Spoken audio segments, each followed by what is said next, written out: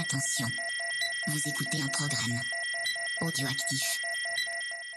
Oh, touching! Jack Miller nudging him wide as well. Miller and Mir, side to side. Bonjour à tous et à toutes, très heureuse de vous retrouver pour ce nouvel épisode de C'est qui en pôle. Aujourd'hui c'est le numéro 186 et on va vous parler du 3e Grand Prix de la saison, le Grand Prix des Amériques qui s'est déroulé sur le circuit d'Austin. Et pour cet épisode je suis accompagnée de Thibaut. Comment ça va Thibaut ?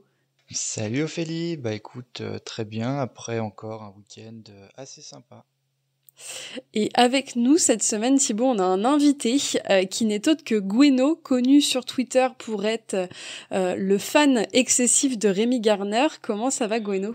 Bah ça va, parce que je suis aussi le fan excessif de Bastianini, donc je suis plutôt heureux, après le week-end qu'il a fait. Est-ce que tu peux te présenter rapidement pour ceux qui ne te connaissent pas, s'il te plaît ? Ouais, bah je m'appelle Gwenolé, je suis le MotoGP depuis 2018 à peu près, et à part ça, j'ai une superbe triomphe, voilà, je tiens à le préciser. Je savais que tu allais le placer dans le podcast. On va passer tout de suite aux news parce qu'on va avoir beaucoup de choses à dire sur ces courses. Il s'est passé énormément de choses. Donc du côté des news, pas grand-chose. Par contre, à part la confirmation au calendrier du circuit de Valence jusqu'en 2031. Donc ça fait loin. Thibaut, est-ce que tu as un avis sur cette information ? Pas du tout. Bon, après c'est très sympa parce que pour terminer la saison, c'est un peu l'habitude, c'est un peu la tradition, donc oui, c'est sympa de toujours voir Valence. Ça va faire jusqu'à tard si c'est encore Valence qui finit la saison en 2031. Peut-être falloir changer un peu sur le calendrier. Mais il y a le réchauffement climatique, c'est bon, il fera chaud fin novembre, début décembre à Valence. Petit Grand Prix aquatique dans 2 ans. Bon, on va passer tout de suite au Moto 3. Moto 3 qui voyait ce week-end le retour de Jacob Roulston qui s'était fait une grosse blessure aux vertèbres durant les tests de pré-saison. Et c'était aussi le premier week-end de Grand Prix pour Maximo Quiles qui vient d'avoir tout juste 17 ans et qui du coup ne pouvait pas participer aux 2 premiers Grands Prix de la saison. Pour rappel, il vient de la Talent Cup et de la Red Bull Rookies Cup. Il a fini 5e l'année dernière au championnat après s'être battu contre quelqu'un qu'il a retrouvé en piste ce week-end qui n'est autre que Carpe, mais il a aussi couru avec d'autres pilotes comme Piqueras, donc c'était un peu les retrouvailles pour ces pilotes qui ne s'apprécient guère. Du côté des qualifs, en Q1 se sont sortis Kelso, Pini, Foggia et Nepa, et en Q2 c'est Munoz qui vient prendre la pole devant Quiles pour son premier Grand Prix, suivi de Kelso, Rueda, Foggia et Luneta. La course a été un peu mouvementée, il s'est passé pas mal de choses. On a pu voir des pilotes à la bagarre, des rookies, beaucoup comme Carpe et Quiles, comme je l'ai dit, avec Piqueras, et on a surtout vu Rueda qui a fait le doublé et qui est venu prendre la victoire, qui commence à s'imposer dès ce début de saison. Il était suivi sur le podium de Kelso et Bertele. Et pour finir le top 10, on retrouve Piqueras, Quiles, Carpe, Foggia, Kruques et Furusato. Et pour finir, Buchanan. Et au classement général, c'est donc Rueda qui est en tête du championnat avec 66 points. Devant Piqueras, c'est Fernandez. Fernandez qui lui a été pénalisé pendant la course puisqu'il a volé le départ. Les garçons, cette course, on a vu encore un Rueda qui était intouchable. 2 victoires, 3 podiums en 3 courses, 24 points d'avance sur Piqueras, alors qu'à l'inverse, Munoz n'a pas terminé la course. Thibaut, ton regard sur ce week-end pour Rueda ? Ouais, bah Rueda, oui, sans parler du week-end, mais depuis le début de saison, 2 victoires et une 3e place, c'est ce que doit faire un pilote qui vise le titre. Il était favori en début de saison. Pour le moment, son début de saison est parfait, donc il est là en fait où on l'attendait en début de saison, c'est-à-dire sur les podiums à toutes les courses, ou au moins se battre pour le podium à toutes les courses. Goueno, t'as vu la course Moto 3 aussi ? Ouais, je l'ai regardé. Et t'es assez d'accord avec ce que Thibaut dit sur ce pilote ? Je dirais même que c'était presque ce qu'on attendait de lui l'année dernière, mais là c'est vrai que c'est sans faute pour l'instant. Et à l'inverse, un qui ne fait pas un sans faute, mais qui fait un total faute, si on peut le dire comme ça, c'est Munoz, qui s'est pas classé sur aucune des courses. Il est non classé sur les 3 premières courses. C'est un pilote qui a trop d'impatience et trop d'erreurs en course. Gueno, est-ce que tu penses que son talent, qui est non contestable, l'autorise à faire autant d'erreurs et être toujours autant à la limite depuis le début de saison, ou est-ce que il va falloir se réveiller à un moment donné parce que ça commence à être un peu catastrophique? Bah non, de toute façon, il fallait faire quelque chose, parce que même il se fout dehors, mais il fout souvent d'autres pilotes dehors aussi. C'est en Thaïlande ou en Argentine qu'il fout l'unité dehors. C'est quand même... Il y a un moment où ça va devenir un danger pour tout le monde aussi, quoi. Et Thibaut, t'en penses quoi de l'affaire Munoz? Ouais, bah là, Munoz, alors on va pas dire que le championnat est déjà plié pour lui après 3 courses, mais il a 66 points de retard sur Rueda. On sait très bien que même s'il enchaîne 2-3 victoires, des podiums, il va continuer à se mettre au tas une course sur 3 ou sur 4. Donc là, en fait, on a l'impression qu'il progresse pas depuis 2 ans. Il est très rapide, mais au final, il fait toujours des erreurs. Ouais, il y a ce truc aussi où t'as l'impression que justement il apprend pas de ses erreurs, Oui, c'est ça. qu'il arrive pas à se cadrer, qu'il arrive pas à moins être sur le fil du rasoir tout le temps et que justement il se met au tas. On va souhaiter qu'au Qatar ça s'améliore parce que ça va devenir très très compliqué sinon. Par contre, c'est Maximo Kilas qui fait un très bon week-end, qui termine avec, comme je l'ai dit, une 2e place en qualif. Il termine 5e pendant la course. Il a fait une belle bagarre avec Piqueras et Carpe. Ouais, j'ai pas eu l'impression que c'était son premier week-end. Thibaut, je sais que t'aimes beaucoup Maximo Kilas. Est-ce que t'étais satisfait de ce qu'il a fait? Oui, alors pas tellement surpris non plus de... Alors bon, c'est pas que je l'attendais jouer le podium dès sa première course, mais on sait très bien que les pilotes aujourd'hui qui arrivent de Red Bull Rookies Cup ou du Junior GP sont capables de jouer les podiums dès leur première course. On a vu Carpe notamment en Thaïlande, qui a fait podium, et même par le passé, l'année dernière, on avait eu un Piqueras qui rapidement aussi avait été devant. Donc au final, c'est pas une grosse surprise de voir qu'il laisse jouer le top 5. Et Gueno, t'as ressenti un peu la même chose face à son week-end? Non, pour le coup, moi j'étais surpris, mais j'ai pas trop suivi la Red Bull Rookies Cup l'année dernière, parce que j'avais pas trop de temps, et je l'avais trouvé hyper brouillon. Alors il était talentueux, c'est sûr, mais j'avoue que ça m'avait pas sauté aux yeux, et ouais, non, pour le coup, j'étais assez surpris, ouais. C'était un peu son gros défaut, c'est que face à Carpe, qui lui était assez régulier, malgré le talent, il avait pas réussi à tout concentrer pour réussir à se placer là où il aurait dû, parce qu'il avait largement de quoi jouer le titre l'année dernière au vu de ses performances. Ce week-end, ça a marqué aussi le double podium pour l'équipe Level Up MTA, avec Berthele qui faisait son premier podium en mondial et qui a son 2e podium en carrière. C'est Thibaut, toi qui le disais, c'est un début de saison pour Berthele plein de surprises, qui est au final toujours devant depuis la Thaïlande, et c'est un peu étonnant. On savait pas trop quoi en faire de ce pilote et finalement on est agréablement surpris de ce que ça donne depuis le début. Ah mais oui, totalement. Alors, il y a 2 saisons, il était pas trop mal pour sa première saison en mondial, l'an dernier très moyen, mais cette année, quand on regardait, on a fait notamment au début de saison un peu la présentation de Moto3, on n'a pas du tout parlé de Berthellet, parce qu'on voyait à peu près une dizaine de pilotes devant lui pour le championnat.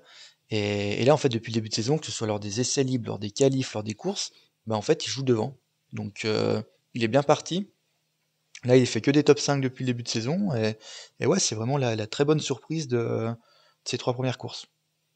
Ouais, je te rejoins là-dessus. Je pense qu'il va falloir garder un œil sur lui pour le reste de la saison. Après, comme d'habitude, déjà le Moto3 c'est toujours très serré, mais surtout le retour en Europe va encore rabattre les cartes. On le sait, donc on verra ce que ça donne. À noter quand même que pour cette course Moto3, il y avait un écart entre le 6e et le 7e de 15 secondes. Donc c'était quand même pas mal pour cette course. On va passer tout de suite au Moto 2. Moto 2 où ça a été un peu rythmé puisque dimanche le Moto 3 roule sur le sec, et en fait on se rend compte à midi qu'il commence à pleuvoir, et pas de la petite pluie. C'était au contraire une météo qui nous a donné du fil à retordre. Enfin, à nous, je dis nous, on était dans nos canapés, donc ça allait très bien. Mais ça a donné du fil à retordre au pilote puisqu'il s'est mis à pleuvoir dimanche, donc ça a donné lieu à une course assez sympathique. Mais avant ça, en qualif, on a eu Gonzalez qui a dû passer par la Q1 et qui a fait le meilleur chrono devant David Alonso, qui passe pour la première fois en Q2, suivi de Salak et Honshu. Et en Q2, c'est Jack Dixon qui a pris la pole devant Gonzalez et Baltu. Balthus. Et on a eu un surprenant Van der Koerberg qui s'est placé 4e, suivi de Canet et Alonso en 6e. Et du côté de la course, comme je disais, c'était assez mouvementé. On a même vu un drapeau bleu qu'on n'avait pas vu depuis très longtemps. Drapeau bleu, pour ceux qui ne savent pas, qui signifie que un pilote doit céder sa place puisqu'il va se faire dépasser. Donc clairement, c'est le dernier qui doit laisser sa place au premier de la course. Et le premier, c'était Jack Dixon qui a passé la ligne d'arrivée en tête, suivi de Arbolino qu'on n'avait pas vu sur le podium depuis un long moment, et Alonso Lopez. Et pour venir terminer ce top 10, c'était Aaron Canet, Guevara, Ortola, Balthus, Holgado, Agi et Verrer. Et à noter quand même la 14e place de David Alonso qui marque des points pour la première fois de la saison dans la catégorie. Et au classement, oui, vous avez bien entendu ce que je vais vous dire, c'est Jack Dixon qui mène le championnat avec 59 points, Aaron Canet avec 46, suivi de Gonzalez avec 45. Gwenno, je connais ta passion pour Jack Dixon. Comment tu as vécu cette course? Bon, moi j'étais hyper content. Après, un Anglais sous la pluie, c'est pas non plus une surprise qui performe tant que ça. Mais non, par contre, ça m'a fait rire parce que je me suis rappelé que la dernière fois qu'il y avait eu une marque VDS comme ça qui mettait une pilule à tout le monde, c'était à Jerez avec Sam Lowe. Et j'ai trouvé que les conditions n'avaient rien à voir. Mais ça m'a fait rire que j'ai eu l'impression de revoir un peu Lowe qui était capable de sortir des perfs incroyables et puis on va peut-être le perdre pendant 5 grands prix sans aucune raison valable. Donc bon, je suis content qu'il soit devant, mais bon, j'ai pas non plus trop d'espoir sur le long de la saison. Thibaut, quand on parle de Dixon, ce matin, il y avait déjà des articles qui titraient Dixon, le futur rookie. Et malheureusement, ce ne sont pas des articles écrits par Simon Patterson. Qu'est-ce que t'en penses? Non, mais c'est vrai que la comparaison Sam Lowe, Jack Dixon, c'est vrai que ça me fait penser, c'est un peu pareil. Des pilotes capables de tout, du meilleur comme du pire sur plusieurs courses. Maintenant que Dixon, moi honnêtement, Dixon qui jouerait le championnat à la fin de saison, ça me surprendrait pas, hein. Parce que il y a 2 ans, 3 ans, il était bien aussi. L'an dernier, bon, il avait raté il avait 0 points, je crois, après les 5 premières courses de la saison. Mais Dixon, maintenant, c'est comme un pilote qui est très régulier. Mais donc oui, c'est vrai que on pourrait comparer un peu à Sam Lowe pendant certaines saisons. Certaines saisons, Sam Lowe, il jouait le titre, où il jouait en tout cas le top 3 du championnat. Bon, d'autres saisons, il était toujours par terre. Et Dixon, c'est un peu la même chose. Donc c'est vrai qu'un Anglais sur marque VDS, ça nous fait penser à ça. Après, Lowe's sur une moto, ce week-end, il a fini au bac en Superbike. Hein, donc, Non, mais les deux frères n'ont pas fini une course quand même. Ouais. on lui souhaite pas d'avoir la même carrière. Non, c'est sûr. À l'inverse, des pilotes qu'on n'attendait plus trop parce qu'on a été assez déçus ces derniers mois par leur performance et qui sont un peu revenus, c'est Arbolino et Lopez. Thibaut, comment t'as vu cette course d'Arbolino qui au final a réussi avec ses conditions à se débrouiller du mieux qu'il pouvait et à finir aux avant-postes derrière Dixon qui lui était de toute façon intouchable? En fait, on retrouve le Arbolino qu'on connaissait en 2022-2023, celui qui a failli passer en MotoGP et celui qui a complètement disparu l'an dernier.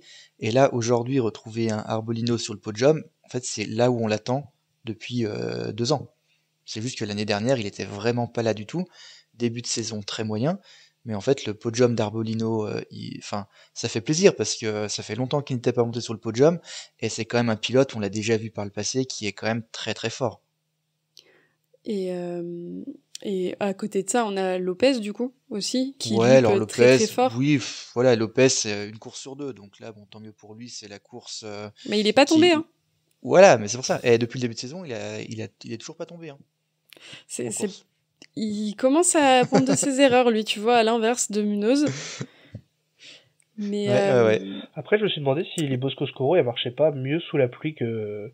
Parce que depuis le début de la saison, c'est assez homogène entre les Calex et les Bosco Scoro. Et là, à part Canet qui est 4e, sinon dans les 6 premiers, il y a 5 Bosco Scoro. Et ça se trouve, elles ont peut-être un truc en plus sous la pluie aussi. Ce qui a permis à Arbolino ou Lopez moi, je pense pas, en fait. Les Calex, le problème, c'est que t'as Honshu qui est par terre. T'as Morera, Gonzalez, Agius, Arenas, Robert, qui sont partis avec des pneus, les mauvais pneus. Donc c'est pour ça. Mais en fait, c'est plus regarder un peu ce classement-là. Je pense pas que la pluie ait joué sur sur la capacité des Boscoscuro à être devant les Calex. Parce que derrière, quand tu regardes les autres Calex dans le top 10, c'est Baltus, Olgado, Agi et Veilleur. Et Veilleur qui avait pas encore marqué un seul point de la saison. Donc je pense que c'est plus les circonstances ont fait qu'on retrouve les Boscoscuro devant. Et les pilotes qui auraient pu se battre, qui se battent depuis le début de la saison, qui sont, je pense à Vietti par exemple, ont fini par tomber ou avoir des problèmes à finir par ne pas être classés comme Honshu et Salak. Donc c'est vrai que c'était une course un peu particulière. Tu l'as dit, Thibaut, pas mal sont partis avec les mauvais pneus, puisqu'ils sont tous partis en pluie, sauf du coup les pilotes que tu as cités, et ça a quand même mené à des pertes de plus de 30 secondes au tour, ce qui est énorme.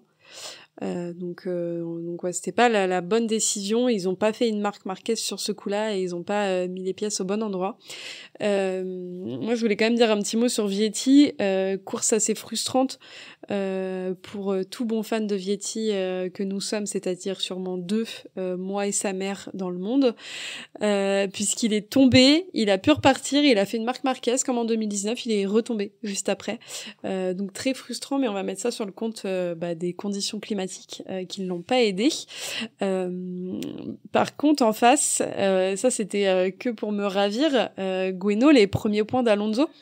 Ouais, c'est en demi-teinte parce qu'il était quand même qualifié 6ème, donc bon, ça, on aurait pu espérer mieux, mais oui, c'est vrai que c'est pas mal, surtout qu'il les chope dans les tout derniers tours, parce qu'il était 17ème à 3 tours de la fin.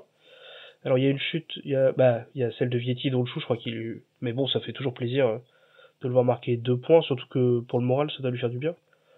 Parce que Olgado lui met quand même bon, c'est le début, mais une petite pilule pour le moment, donc je pense que ça doit quand même le réconforter un peu. Mais par contre, il expliquait qu'il savait pas pourquoi il avait été bon en qualif. Et qu'il lui fallait comprendre pourquoi il avait réussi aussi bien à se qualifier. Ouais, ça va être compliqué s'il n'arrive pas à comprendre pourquoi il est bon. Surtout que, comme tu le dis, Olgado, il a fini en face 8ème. Et il fait, lui, un bon début de saison sur son coéquipier. Et puis surtout, Olgado, il est toujours à peu près dans le top 8. Et Alonso, là, voilà, il marque ses premiers points. Ouais, comme vous dites, les qualifs ont été très bonnes pour Alonso pour une fois. Mais bon, il sait pas trop pourquoi il a fait ce résultat. Donc c'est quand même, c'est bien pour lui parce qu'il a marqué 2 points. Mais malgré tout, ouais, c'est quand même pas non plus. Oui, voilà. Ouais. C'est ça, c'est à voir s'il concrétise au Qatar. Et de toute façon, on sait aussi que l'adaptation Moto 3, Moto 2 est très compliquée pour certains pilotes et que ça peut mettre du temps à se mettre en route. On l'a vu avec Guevara qui finit pas si mal. Ça, on n'en parle pas assez. Guevara qui finit 5ème alors qu'on l'avait enterré plusieurs fois de suite l'année dernière. Donc c'est qu'au final, il faut peut-être pour certains pilotes un peu plus de temps d'adaptation qu'à d'autres. Pour réussir à se mettre en jambes dans la catégorie. Pour terminer là sur le Moto 2, attention aussi cette course avec les écarts parce que Canet il est 4ème à 30 secondes. C'est quand même ça va être très rare de voir le 4ème terminer à 30 secondes d'une course. Donc c'est pour ça derrière tant mieux là pour un Ortola aussi ou Guevara qui sont bien placés, mais bon, c'est surtout que les écarts sont très très importants pour comme je l'ai dit, c'est une course qui était dans des conditions qui étaient très particulières. Donc on verra ce que ça donne au Qatar. À moins qu'on ait une tornade et un tsunami au Qatar, je pense qu'on aurait une piste sèche. Donc ça donnerait des conditions un peu plus habituelles pour les pilotes.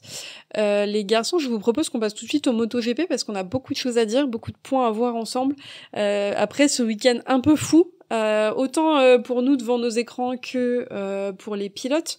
Les deux petites infos importantes à retenir de ce week-end avant ça, c'est que on en avait parlé dans l'épisode précédent.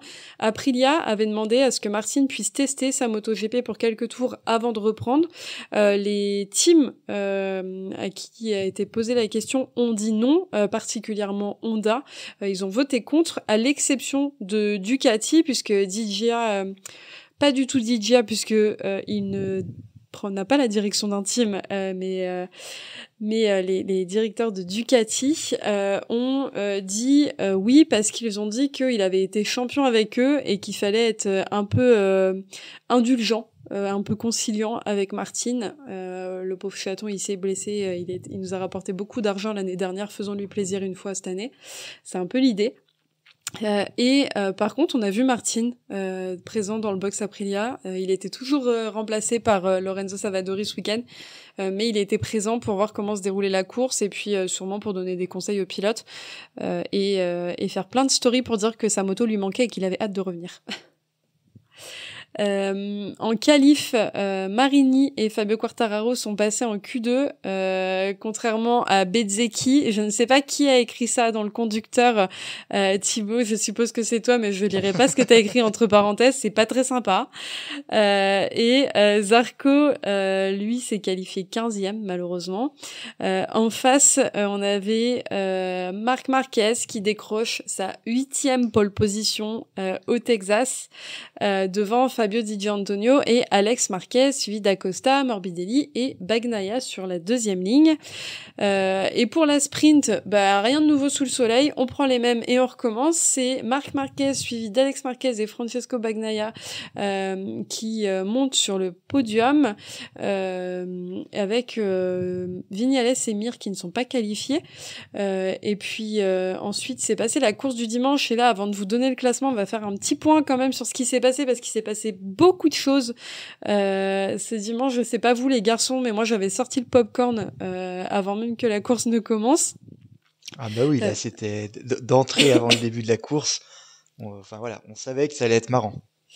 Et une fois de plus, c'est toujours grâce au même pilote quand même. Ouais, même en tour de mise en grille, puisque en tour de mise en grille, on a vu Quartararo qui part en pneu slick alors que la piste est trempé. Suite à la course Moto 2, il a bien plu et ça a mis la piste dans un état où il aurait fallu prendre les pneus pluie. Et il s'en est collé une belle. On a pu voir Fabio remonter sur sa moto et avoir Jack Miller qui le repousse pour qu'il ait le temps de retourner au box parce que sinon un peu plus et Fabio pouvait pas prendre le départ de la course. Et puis on se retrouve dans une situation où il y a une espèce d'effervescence, d'énergie un peu particulière sur la grille. Les pilotes s'installent mais on sait pas s'ils sont en pneu pluie, en pneu slick, c'est un peu particulier. Et puis Canal en l'occurrence monte beaucoup. Marquez qui discute énormément avec son ingénieur, c'est une situation qu'on n'a pas l'habitude de voir. Il est même pas casqué, il discute énormément. Donc on se demande s'il parle de stratégie de course, s'il se pose la question de changer les pneus sur la grille ou pas. Et puis au final il met son casque et il se passe rien. Donc on se dit bon la course va commencer comme elle aurait dû commencer. Et finalement on se retrouve dans des conditions un peu inédites qui ne sera pas sans vous rappeler l'Argentine 2018, on voit Marquez à 3 minutes du départ partir en courant vers le box. Donc pour vous expliquer ce qui s'est passé, c'est que Marquez sur la grille de départ voit que la piste commence à être sèche et il a demandé à 7 minutes avant le départ à son team s'il pouvait changer de pneus, ce qui n'était pas possible en termes de timing, c'était pas gérable. Et donc à 2 minutes du départ, il va quitter la grille en courant et en fait créer une espèce de confusion auprès des pilotes qui vont finir par, pour certains, le suivre. On a vu Acosta, on a vu Bagnaia, enfin c'est un peu le move de ok Marquez fait ça, faisons pareil, et ça a donné une condition complètement chaotique. Où des pilotes, on avait des motos sans pilote sur la grille de départ et des pilotes en train de courir dans la pit lane avec des gens du staff, mais encore d'autres gens du staff sur la grille. Enfin, c'était un bordel monstre. Et en fait, faut savoir que Marquez est très très intelligent. Il connaît parfaitement le règlement et dans le règlement, il y a un point qui stipule que si ça arrive, en fonction du nombre de pilotes dans la pit lane, le départ doit être reporté. Donc le fait de changer de moto et de partir de la pit lane s'il y a plus de 10 pilotes. En l'occurrence ici, il y avait pas plus de 10 pilotes, mais Mike Webbs a expliqué qu'au au vu du nombre de personnes dans la pit lane et en piste, c'était beaucoup trop dangereux et que c'était préférable de relancer une procédure de quick start. Et ce qui a donné qu'au final, on a eu un drapeau rouge. On a vu Viñales sans moto sur la grille de départ en courant vers son box. Enfin, c'était un bordel monstre pour au final que la plupart des pilotes repartent en slick ensuite pour une procédure de départ accéléré. Thibaut, on a vu des images qui étaient assez folles, tirées, on aurait cru complètement tiré d'un film d'action où tout se jouait dans les quelques secondes de Marc Marquez qui parlait à son ingénieur. Je trouve ça fou qu'on ait eu accès à cette discussion. Est-ce que tu peux nous expliquer un peu ce qui s'est dit entre les deux avant le départ ? Ouais, donc avant quelques minutes avant le départ, donc c'est avant même avant l'hymne américain, donc ouais, c'est à peu près 5-6 minutes avant le départ. Marquez parle à son ingénieur et lui demande de préparer la moto, sa deuxième moto. Il lui dit si je pars avec la deuxième moto, on est d'accord, je dois partir dernier sur la grille, mais j'ai pas de pénalité. Son ingénieur, oui oui c'est ça.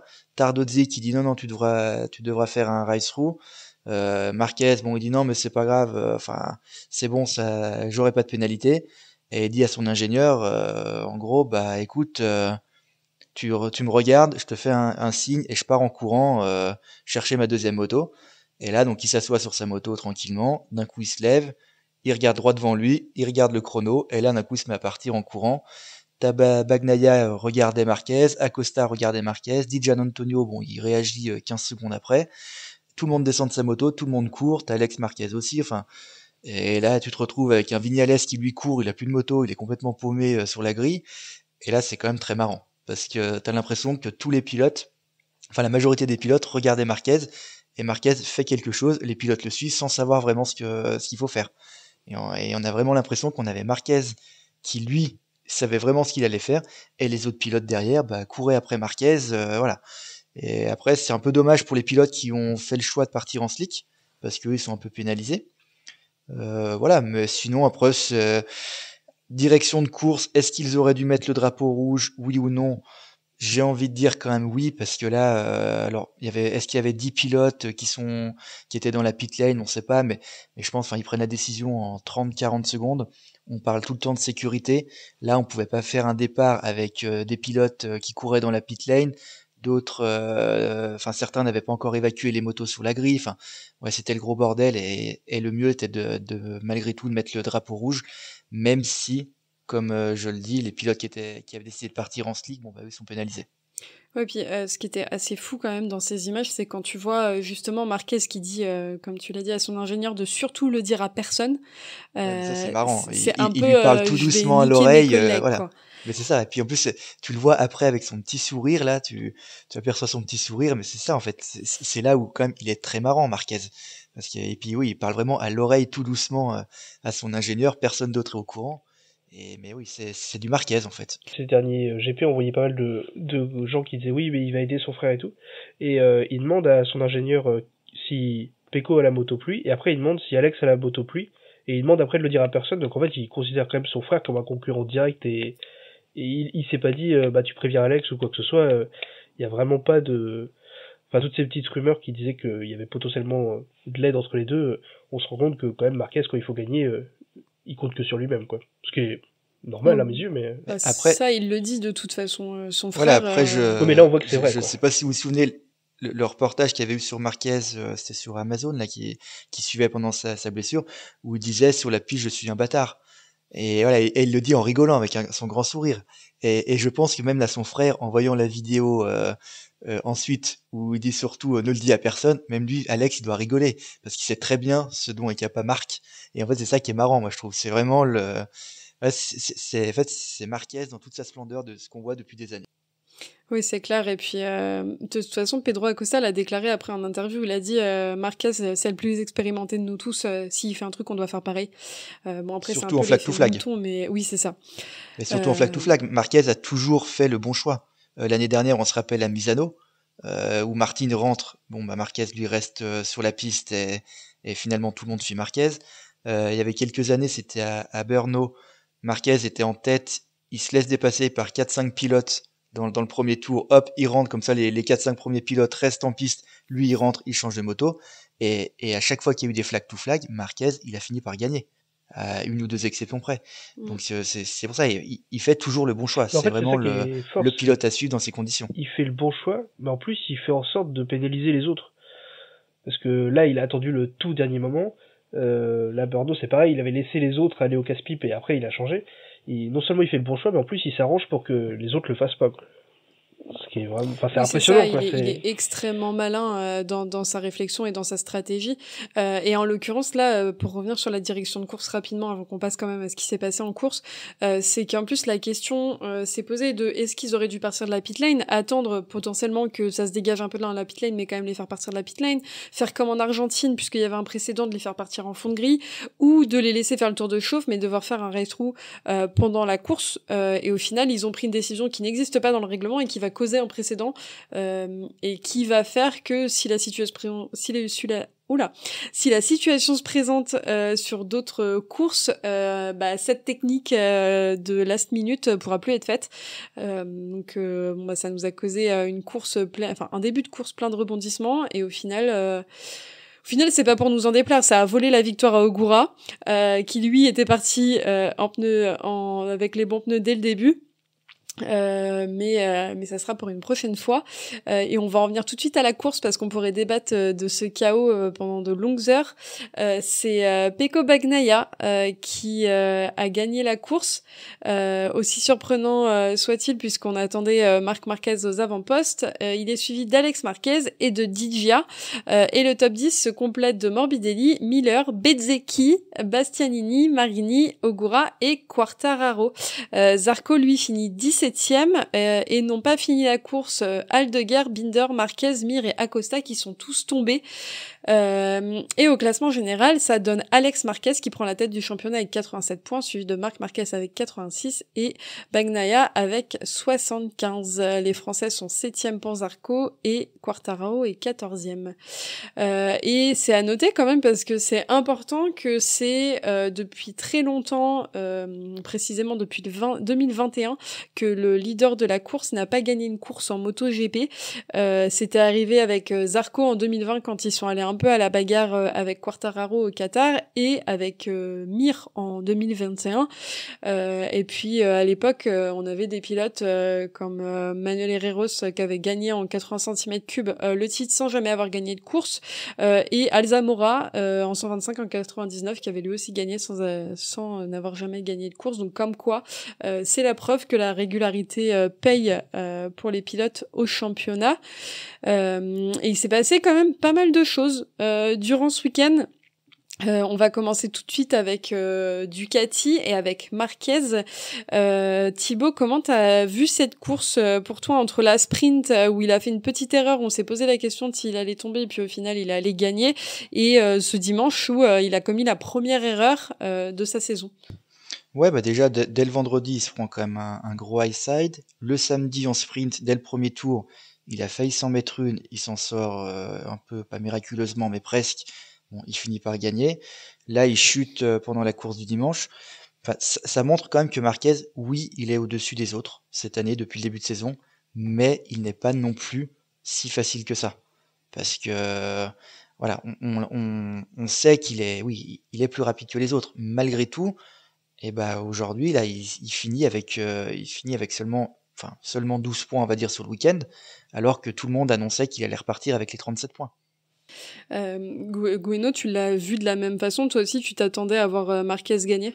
Ouais, bah, d'ailleurs, le vendredi j'en ai parlé avec mon père et il m'a dit mais non, il va peut-être tomber. Je fais mais non, mais c'est n'importe quoi, il va jamais tomber. Et du coup il m'a envoyé un message, je me suis senti con, mais c'est vrai que je me voyais pas dans quel monde il pouvait faire une erreur chez lui comme ça, mais bon, bah comme quoi. Après j'ai vu le thread de Pierre qu'il a fait là sur savoir si il avait la pression ou pas, et c'est vrai que on peut se poser la question, est-ce que le fait d'avoir eu Pecco derrière, là, il s'est dit, je suis chez moi, je peux pas perdre ici, il faut vraiment pas que je me rate, et en se disant ça, il s'est raté, quoi. Alors que sur les autres Grands Prix, il y allait peut-être en étant moins exigeant envers lui-même, et en se disant, en étant peut-être plus libéré, quoi. Bah, je pense pas que ce soit une question stress, Thibaut, contredis-moi si t'es pas d'accord, mais je pense pas que ce soit une question de stress dans la mesure où c'est Marquez. Pour moi, Marquez, le stress, ça le frôle, mais ça le touche pas. Encore moins cette saison où il se sent quand même au-dessus des autres, et il a raison puisqu'il survole le championnat. Il a quand même pas mal tempéré son erreur en interview en disant que de toute façon le championnat était long et que les erreurs, il y en avait dans le championnat, et que oui, une erreur peut foutre en l'air ton championnat, mais que là, on est en début de saison. Il a effectivement perdu beaucoup de points, mais il est que à 1 point derrière son frère. Et son erreur, il l'explique en disant clairement qu'il est passé trop sur le vibreur et qu'il y avait potentiellement un peu d'eau dessus et que c'est ce qui a mené à sa chute. Il n'a pas pu repartir, malheureusement. Enfin, si. Il a pu repartir. Et ça, c'est important de le notifier quand même. Il est reparti sans sa bulle. Donc, ça le déportait sur la piste. Et sans le cale-pied, donc il posait son pied sur le pot d'échappement. Thibaut, est-ce que tu as souvenir d'une situation comme ça en course depuis que tu regardes le MotoGP?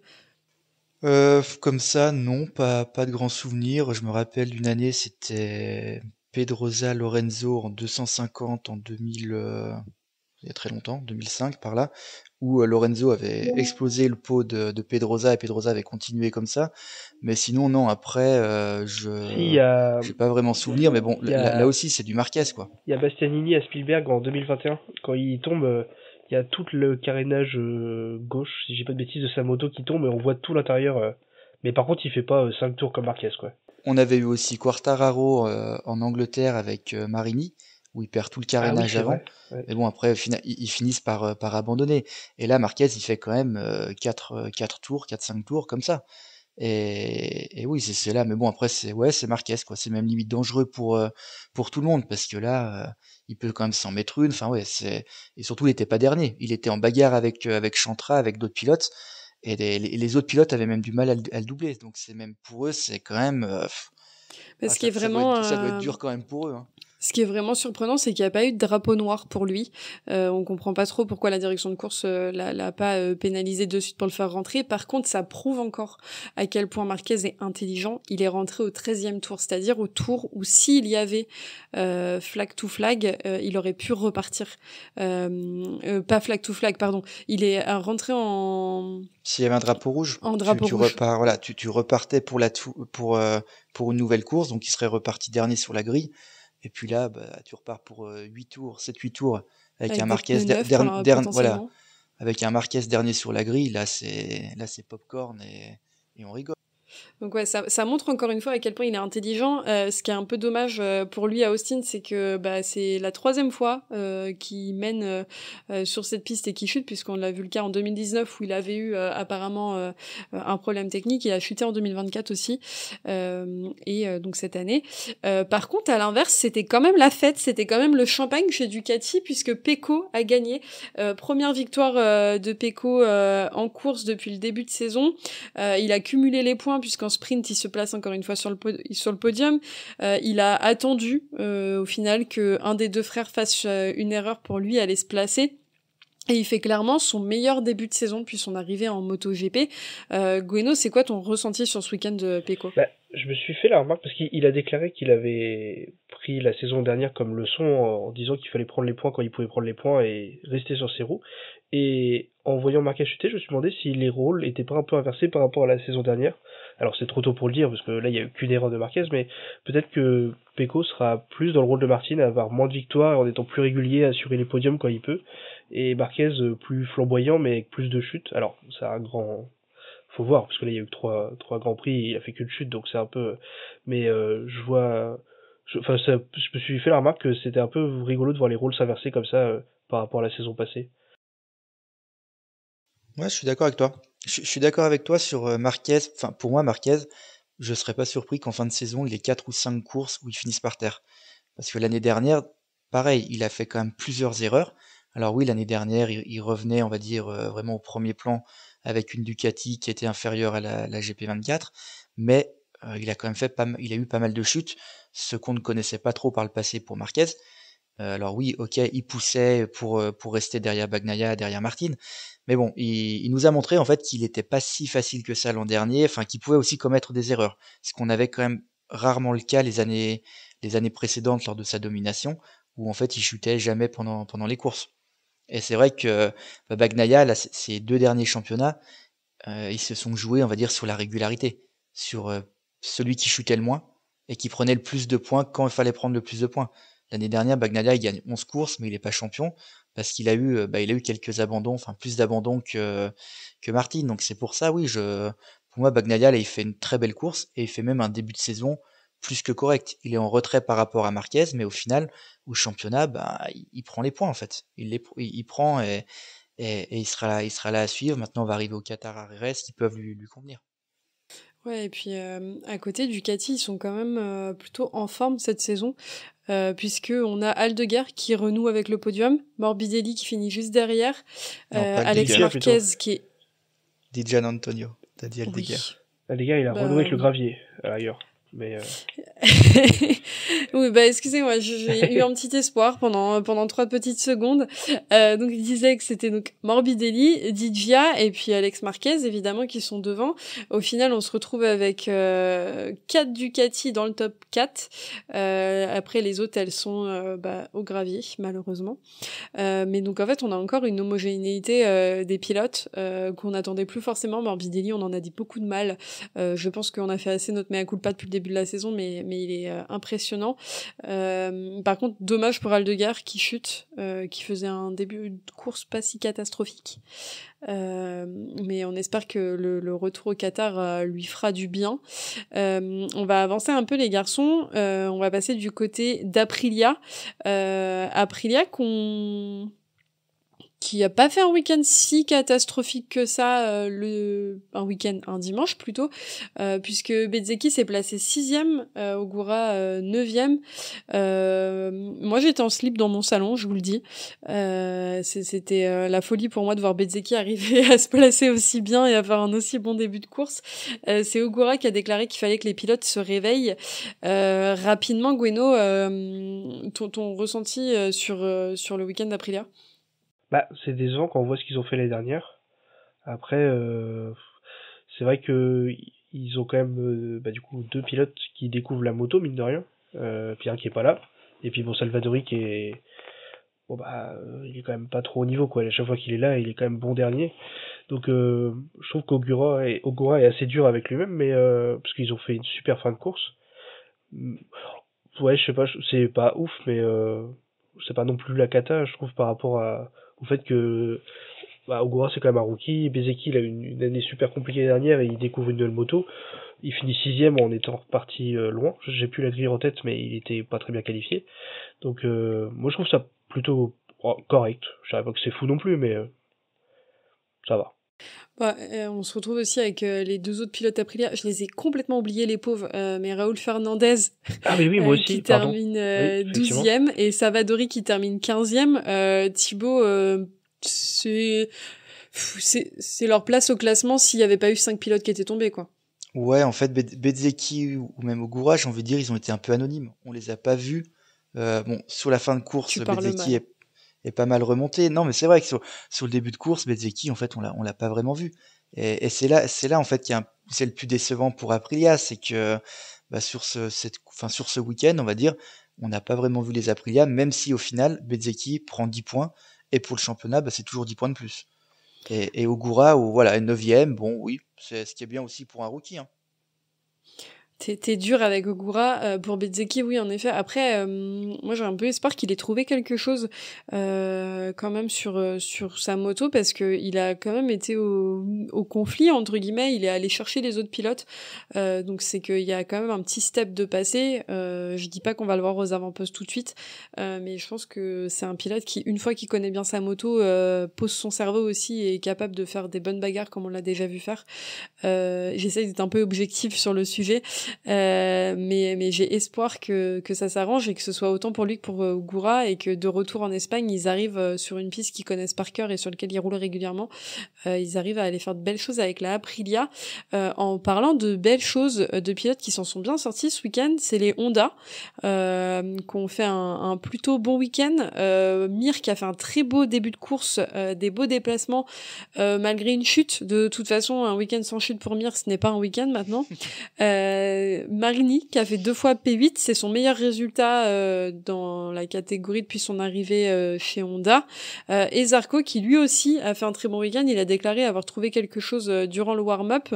On a l'impression un peu que le constructeur a fait un petit step-up en avant pour les pilotes et pour la moto. Gueno, est-ce que tu penses que ça va dans le bon sens pour Honda? Bon, de toute façon, depuis le début de saison, c'est quand même beaucoup mieux que ce qu'ils ont connu ces dernières... Enfin, en tout cas, l'année dernière et l'année d'avant. Après, Beer, c'est vrai que c'est dommage parce que il montre quand même de vraies belles choses et il se foutait un peu tout seul. Alors, je pense qu'il est tellement Enfin, je sais pas, j'ai l'impression qu'il est tellement content qu'il veut faire plus et qu'il se viande. Mais c'est dommage parce que je pense qu'il pourrait faire des... Enfin, j'espère qu'il va réussir à rester sur ses roues. Parce qu'il était quand même son point fort quand il arrivait en MotoGP, mais on a un peu oublié. Mais parce que je pense qu'il pourrait faire une vraie bonne saison. Et même Marini a trouvé quelque chose. Autant l'année dernière, il était toujours dans les choux. Et là, franchement, c'est hyper solide ce qu'il fait par rapport à ce qu'on a connu de lui chez Honda. T'es d'accord avec ça, Thibaut? Ouais, tout à fait. Là, Honda, en fait, c'est même pas une surprise de voir Marini qui termine 2 fois 8ème, que Mir joue aussi le top 10, Zarco aussi. Enfin, c'est ce qu'on voit en fait depuis le début de saison. Et bah, après, ouais, c'est vrai que c'est dommage pour Mir, parce qu'en plus, bah, comme dit Guano, quand il était chez Suzuki, c'est un pilote qui chutait jamais. Et là, depuis 2 saisons, c'est la cata. Mais bon, je préfère voir un Mir qui finit par terre alors qu'il joue la 7ème, 8ème place, plutôt qu'un Mir qui termine 15ème, enfin, ou qui nous fait une Raoul Fernandez. Parce que tout à l'heure, voilà, je voulais parler aussi, je voulais ouvrir le dossier Raoul Fernandez. Va falloir qu'on en parle un de ces jours. C'est terrible. Vraiment mauvais. Laissons-lui jusqu'à l'Espagne. Non, mais c'est pour ça, non, vraiment, Honda, je trouve, oui, que c'est conforme, en fait, à ce qu'on voit depuis le début de saison. Et donc, c'est positif. Bah, de toute façon, c'est eux qui mènent le championnat hors Ducati. Si on enlève Ducati, c'est eux qui sont devant Aprilia KTM, il me semble, j'ai regardé tout à l'heure. Bon, alors pas de beaucoup, mais c'est eux qui sont les meilleurs des autres, quoi, on va dire. Oui, enfin après, si t'enlèves Aprilia et Ducati, c'est Honda, et puis si t'enlèves Honda, c'est KTM. Non, Aprilia est derrière, non? Non. Eux, ensemble, chaque constructeur mène son propre championnat entre eux, hein, si tu pars sur ce principe-là. Non, je veux dire, Honda, ils sont derrière Ducati, ils sont les deuxièmes, non? Non, oui, c'était une blague, Ah, mais apparemment, elle est vraiment passée au-dessus. C'est pas grave. Non, mais ce que je... On dirait que c'est ton expérience de rookie, c'est pas grave. Non, mais ce que je veux dire, c'est que d'un derrière, autre ils côté, étaient quand même bons derniers, quand t'as les pilotes qui terminent aucune course, oui, c'est aussi mais ouvre le dossier KTM, Thibaut, je t'en prie. Ouais, non, mais alors KTM, bah, encore une fois, alors je vais pas dire que c'est catastrophique, mais bah, Acosta, le début de saison est quand même difficile. On a l'impression, lui aussi, il apprend pas, en fait, par rapport à l'an dernier. Voilà, je m'attendais vraiment à ce qu'Acosta, cette saison, il passe quand même un cap. Et là, sur ses 3 premières courses, bah, il nous fait en fait ce qu'il nous faisait l'année dernière. Binder, bon, bah alors lui, il nous fait une Miguel Oliveira. Tu sais pas trop, lui arrive un truc improbable bientôt à toutes les courses. Vignales, bon, bah alors là, dès le départ, lui, il a pas de moto sur la grille. Après, il cale sur la grille, il part dernier. Enfin, lui, c'est vraiment la course cata. Alors qu'en plus, c'est dommage parce qu'il faisait vraiment des bons chronos avant son abandon. Il aurait pu jouer top 5, top 6. Et puis en fait, t'as Bastianini qui est moyen, mais au final, il arrive à terminer 7ème. Bon, tant mieux pour lui, mais vraiment, voilà, il fait encore une belle fin de course, mais enfin, je veux pas dire que c'est par hasard qu'il se retrouve 7ème. Maintenant, ouais, c'est quand même pas pour KTM, non, c'est quand même difficile. Ceci dit, il a apparemment, alors j'ai pas pu vérifier, mais apparemment lui aussi il partait en slick, donc lui il a peut-être raté une occasion de marquer des gros points. Bon, on le saura jamais, mais il serait peut-être tombé au deuxième tour. Ouais, je pense, parce que lui on l'a pas vu courir, il fait partie de ceux, Ouais. je pense, qui étaient derrière. C'est souvent, enfin c'est même la plupart des pilotes qui étaient sur la fin de la grille qui avaient mis les slicks. Et Gueno, il finit quand même 7ème, Bastianini. Est-ce que tu penses qu'il est capable de revenir un peu aux avant-postes s'il a trouvé quelque chose sur la moto, puisqu'il disait dans des interviews qu'il avait trouvé un petit truc sur la moto, mais qu'il cherchait en tout cas chaque week-end, qu'il avait des gros problèmes de grippe et qu'il voulait vraiment régler ça. Est-ce que tu penses qu'il est en mesure de revenir sur le reste de la saison, sachant que c'est quand même un très bon finisher. Le problème, c'est qu'on ne s'en rend plus compte, vu qu'il part pas aux avant-postes, on le voit beaucoup moins. C'est ce que j'allais dire, en fait, le problème, c'est que je pense qu'on l'a bien vu en Argentine, non, en Thaïlande, pardon, il finit 9ème, alors que la sprint, il finit 23ème. Je pense que, malgré tout, il est suffisamment bon pour emmener sa machine en fin de course un peu au-dessus de ce qu'il l'a qualifié, on va dire. Mais le problème, c'est qu'il était déjà mauvais en qualif avec Ducati. Là, sur une moto qui est compliquée, et forcément, il va finir loin à chaque... Enfin, j'ai assez peu d'espoir qu'il arrive à se qualifier correctement, alors qu'il n'arrivait pas à le faire avec une Ducati, quoi. Et oui, il fera des remontées super, on sera tous contents, mais en soi, il partira de la 19ème place, il fera jamais des miracles, quoi. Et je dis ça en étant hyper fan, et ça me désole, mais je le vois mal trouver progresser dans ce qui lui fait le plus défaut, et à savoir les qualifications, quoi. En fait, ça me fait penser un peu, et on va pouvoir passer à la suite avec Yamaha, un peu à Quartararo. On sait que le niveau talent, il est là. Par contre, que ça soit Bastianini ou Quartararo, quand ils partent sur la deuxième partie de la grille, enfin vers la 12-13e place, voire pire. Et ils ont beau être bons, derrière, en MotoGP aujourd'hui, tu peux pas remonter si facilement que ça. Et il manque, en fait voilà, c'est vraiment les qualifs. Aujourd'hui, c'est super important. Et un Bastianini, bah ouais, malheureusement, j'ai peur qu'il parte souvent vers la 15e place. Et il terminera au mieux 9e, ouais, entre la 8 et 9e et 10e place. Mais par contre, enfin, je voulais rebondir sur ce que tu disais sur Binder. En fait, je pense que Binder, il a appris à marquer des points sans tomber avec la KTM. Et en fait, à la place de la KTM, je dis une bêtise, c'est peut-être la P8, P9.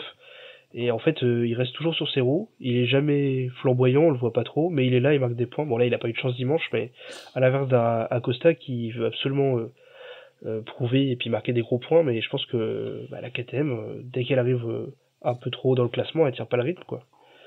Donc soit il s'écroule au sens propre, soit il s'écroule dans le classement, mais je pense qu'en fait la KTM est juste très moyenne, quoi. Oui, c'est la moto qui a sûrement des problèmes, surtout quand on sait que du coup, eux, ils ont quand même des possibilités de développement et des possibilités d'évolution qui sont un peu plus compliquées que les autres constructeurs au vu de leurs problèmes financiers ces derniers mois. Donc je pense qu'il va falloir, maintenant que c'est réglé, ça entre guillemets, leur laisser du temps, sachant que les développements sont gelés jusqu'à 2027. J'ai peur qu'ils pataugent un peu dans la semoule jusque-là. On verra évidemment ce que ça donne. Ouais, mais là c'est quand même très très compliqué, surtout quand t'as deux top pilotes plus potentiellement un des futurs grands pilotes s'il arrête de se mettre au bac et qu'il apprend à être un peu patient. Et on va finir avec Yamaha, les garçons. Donc comme tu dis, qui était un peu compliqué Thibaut pour Fabio. Fabio qui disait le samedi qu'il était très déçu de sa journée, qui avait toujours le même souci qui revenait, qui était le grip. Il a dit que c'était compliqué pour lui d'avoir des bons résultats. Il a eu sa première chute de la saison du coup dans le tour de mise en grille et il a eu surtout un souci en course qui lui a apporté problème, c'est qu'il y a un des voyants de son dashboard qui s'est allumé, il s'avère que c'était un bug et il savait pas trop quoi faire, il comprenait pas et du coup il a changé de mapping pendant la course, donc c'était assez compliqué pour lui. Il a dit quand même qu'il avait passé un bon week-end et que au niveau du développement, lui il en avait marre d'avoir tous les week-ends des nouvelles choses, qu'il voulait vraiment qu'Yamaha se fixe une base sur la moto, qu'on arrête de chercher en changeant le châssis, le bras oscillant, enfin le petit détail qui va faire que dans le week-end la moto est encore très différente, et qu'il ait une base d'une moto et qu'en fait on s'adapte à cette base pour la faire progresser parce qu'ils y arrivent sur certains moments, et que pour lui ce week-end il a réussi à trouver un bon rythme en course qui est à la base son point fort, mais c'était au profit il veut qu'on arrive à retrouver un bon rythme en course, ce qui est son point fort, ce qui a été sacrifié cette année au profit d'un tour rapide, ce qui était l'inverse l'année dernière, et qu'il allait falloir trouver le meilleur compromis que Jack Miller lui a l'air d'avoir trouvé ce week-end, puisqu'il a dit qu'il aimait beaucoup l'avant de la Yamaha, qu'il s'y sent bien. On le rappelle quand même, Miller c'est le pilote qui passe pour la première fois sur un 4 cylindres en ligne après n'avoir roulé qu'avec des V4, et il a fait ce week-end le meilleur résultat d'une Yamaha depuis 2023. Il donne aussi l'impression de se poser beaucoup moins de questions que Fabio Quartararo sur la moto. Thibaut, c'est quoi ton sentiment sur ce week-end pour Yamaha, autant pour Fabio que pour Miller, pas pour Rins et Oliveira, puisque Rins a fini 11e et Oliveira était pas là. Il était pas voilà. Là, c'était Augusto Fernandez. Donc, non, pour Fabio, le samedi quand même était très bon pour la course au sprint. Il s'est battu avec Morbidelli, Di Giannantonio, et c'était bien de le voir là en fait. Et comme je disais tout à l'heure, quand Fabio prend un bon départ, souvent il fait quand même des super courses. On voit des très belles courses. Après le dimanche, il y a la chute déjà dans le tour de mise en grille. Le voyant là sur le dashboard qui s'allume, donc ça me disait que c'était un problème d'essence, je crois, sachant que il a déjà eu les années précédentes des problèmes où il terminait pas les courses. Donc là, c'est vrai. Et en fait, Fabio, c'est quand la course commence mal, on sait qu'il va pas réussir à se remettre un peu la tête à l'endroit. Mais non, après côté Yamaha, c'est Miller qui est quand même la très bonne surprise du début de saison. On le connaît malheureusement trop bien de faire des bonnes qualifs ou des bons débuts de course puis ensuite s'écrouler. Bon, bah là, au moins, pour une fois, il a réussi à terminer la course, bien placé, en 5e position. Maintenant, ça veut pas dire que Miller va être le pilote numéro 1 et qu'à chaque course, il va se battre pour la 6e, 7e place. Mais bon, voilà, pour lui, c'est quand même positif. T'es sur le même sentiment, Gueno, pour Yamaha? Ouais, oui, globalement, ouais. Après, c'est vrai que j'ai été un peu déçu de la course du dimanche, mais j'avais pas vu qu'il avait un problème sur le dashboard.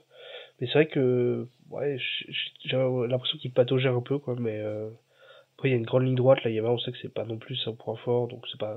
Mais par rapport à Miller, je regardais le truc, j'ai vu, ah merde, quand même, c'est con, quoi, de le voir dégringoler comme ça dans le classement, alors que Miller était bien accroché à sa place, quoi. Mais bon, on sait que les conditions comme ça, c'est aussi ce qui réussit bien à Miller, quoi. Oui, et c'est les conditions où Fabio n'est jamais trop à l'aise au départ. Oui, c'est vrai. Ouais. Voilà, au départ, Fabio n'était pas à l'aise et en fait derrière, ta course, enfin, je vais pas dire qu'elle est foutue après 3 tours, mais bon, c'est après 3 tours, il était déjà 10e. Bon bah voilà, il n'arrive pas à faire mieux, quoi. Après, ce que je vais dire, ça fait un peu culture de l'instant, mais Miller a quand même fait un très bon week-end. Et surtout, en fait, il fait un début de saison qui est pas si catastrophique par rapport à Quartararo. Ils sont assez, ils sont dans des classements assez identiques. Ah oui, non, Miller fait un très bon début de saison, hein. Par Oui, rapport à ce qu'on pouvait attendre. Non, il est j'irai pas mal, hein. j'irai pas lui mettre la couronne de la meilleure Yamaha tout de suite, mais je pense que il se plaît sur cette moto, il se plaît sur cette configuration de moto qui est différente de ce qu'il a pu connaître avant, et qu'il a trouvé un peu comment la maîtriser sans, comme je le disais, se prendre la tête comme Fabio peut le faire, parce que Fabio, il est vraiment toujours dans le petit truc à trouver pour améliorer, pour ci, pour ça, et ça lui complique un peu la vie sur les week-ends, j'ai l'impression. Ouais, puis Miller, je pense aussi, bon, là, les années KTM ont été quand même assez difficiles. Faut pas se leurrer, c'est sa dernière chance en MotoGP. C'est peut-être même sa dernière saison. Enfin, il a signé en tout cas en se disant bah, que là, s'il performait pas, il y a comme une grande chance de se retrouver à pied l'an prochain. En fait, il a plus rien à perdre, Miller. Ouais, je suis d'accord avec toi. Et je pense que c'est un peu cette année qui va être décisive pour lui, et que faire des bons résultats, c'est indiscutable pour potentiellement prétendre à un guidon l'année prochaine, sachant qu'en Moto 2, ça va encore pousser pour monter, et que là, avec les rookies et les pilotes aussi talentueux soient-ils tous, il va falloir se battre et jouer des coudes pour faire sa place l'année prochaine. Donc, Après, on verra ce que ça donne. La chance qu'il a, c'est que Oliveira et Rins, bon, je sais pas si c'est la dernière année, mais Rins, il est physiquement au bout du rouleau, et Oliveira, c'est catastrophique, les deux quoi. sont pareils. Pardon? Bah, de toute façon, si tu dois miser sur des pilotes qui partent l'année prochaine, c'est eux et Raoul Fernandez, hein. Ouais. Et voilà, j'aime bien Rins, j'aime bien Oliveira, mais en fait, tu peux pas leur faire confiance aujourd'hui. Un Oliveira, enfin, même si c'est rarement de sa faute, toutes les saisons, il rate 3-4 courses, il est blessé. Ah, mais même Rins, Lui, en fait, c'est comme à une époque Pedrosa, en fait. Rins, Le mec, il tombe, tu sais qu'il se pète un truc. Mais Rins, c'est pareil, il est pas mauvais, il est juste blessé depuis 1 an et demi, quoi. Tu peux pas Rins, avoir un pilote qui voilà, est... tu le vois encore marcher avec ses béquilles. c'est ça, ouais. Je trouve ça toujours dingue d'avoir un pilote qui est quasi handicapé, quoi. C'est fou, quoi. Le gars est pas au top de sa forme, je trouve ça dingue qu'il soit encore là, quoi. Pour lui, quoi. Bah, de toute façon, on l'a vu en Argentine, c'était la première fois qu'il marchait sans béquille depuis un long moment. Donc je pense que il y aura une grosse réflexion à se poser, autant que ce soit pour les teams que pour les pilotes, que pour leur carrière et leur santé. Et puis au pire des cas, ils iront au Superbike, et le Superbike c'est très bien, il y a de très belles courses et ça demande moins d'efforts physiquement. Alors je dis pas que c'est moins physique, mais je veux dire qu'il y a moins de courses. Oui. Il y en a 14 à la place de 44, donc c'est quand même différent. Les garçons, je pense qu'on a fait le tour pour ce week-end qui était intense, qui était dense et qui a été plein de rebondissements, surtout la course du dimanche. Il y avait en parallèle de ça ce week-end le FSBK qui reprenait au Mans, avec évidemment du côté du Superbike une très belle victoire de Kenny Forêt, sans surprise champion l'année dernière dans la catégorie. Et donc il a remporté la course 1 et la course 2, et puis Il y avait aussi le Superbike où Toprak a survolé le week-end en mettant la fessée clairement à bout les gars. Thibaut, si tu veux bien te joindre à moi, on fera un épisode débrief du début de saison du Superbike après Assen, puisqu'il y aura énormément de choses à dire, puisqu'il se passe pas mal de choses, autant sur l'arrivée des Français où on a pu voir encore ce week-end Perolari être premier challenger en Supersport et se placer 11e le dimanche. Donc je pense qu'on aura beaucoup de choses à dire. En attendant les garçons, avant la prochaine course, vos pronostics pour le Qatar Gueno? Moi je vois bien Pecco, Marquez et Digia qui est en forme et c'est une course qui lui réussit bien, enfin en tout cas la dernière fois, donc ouais je vais rester là-dessus. Ouais. Quel Marquez? Oui pardon, oui Marc Marquez. Maintenant, il y en a deux. Il y en a un, maintenant, il y en a un, il arrive à terminer les courses. Oui, Il est pas faut toujours par que je terre. m'y fasse. Et Thibaut, c'est quoi ton prono, toi? Eh bah écoute, je mettrais bien le même prono. Allez, moi je vois bien Bagnaia gagner. Marquez, Marc, je le vois quand même assez souffrir. Et puis Di Antonio, il avait gagné il y a 2 ans au Qatar. Là, il est bien lancé. Alors soit lui, soit Morbidelli. Ouais, moi je vais partir sur un petit Bagnaia, Marquez et Morbidelli. Parce que je pense que ça va jouer, les deux pilotes de la VR46 vont jouer aux chaises musicales cette année et qu'il va y avoir pas mal de choses à voir entre les deux. Et ben c'est tout pour nous aujourd'hui les garçons. On va se retrouver dans 15 jours du 11 au 13 avril au Qatar pour la prochaine course. D'ici là, vous pouvez nous retrouver sur Twitter, Discord, YouTube, sur toutes les bonnes plateformes de streaming et surtout là où vous avez envie pour discuter moto.